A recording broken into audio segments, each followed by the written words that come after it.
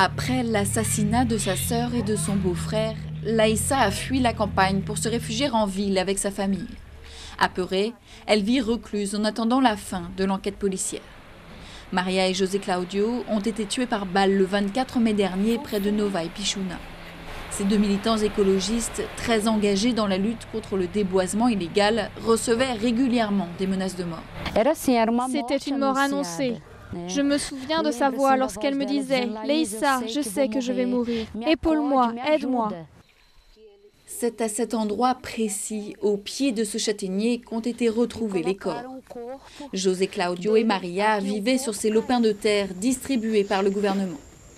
En 2010, la Commission pastorale de la terre, organisation catholique, avait diffusé une liste de 125 paysans écologistes menacés de mort suite à des conflits agraires. Le couple en faisait partie. Et pour l'avocat de l'organisation, ils sont victimes de leur engagement écologique. En occupant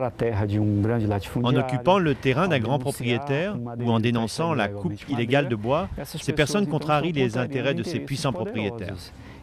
Ils sont alors désignés pour mourir et beaucoup sont assassinés. Le gouvernement brésilien a déployé une trentaine d'hommes de la force nationale dans la région, chargés de protéger les familles menacées. Car en seulement 15 jours, la police a dénombré 4 assassinats de paysans dans le seul état du Pará. Mais selon le commissaire en charge de l'enquête, ces homicides ne sont pas tous liés à la terre. Les morts de José Claudio et Maria ont les caractéristiques d'un conflit agraire.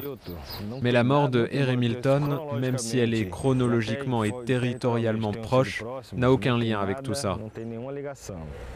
L'état du Pará est un des plus déboisés d'Amazonie. Les conflits agraires, souvent meurtriers, s'y multiplient. La Commission pastorale de la terre a recensé 30 morts en 20 ans.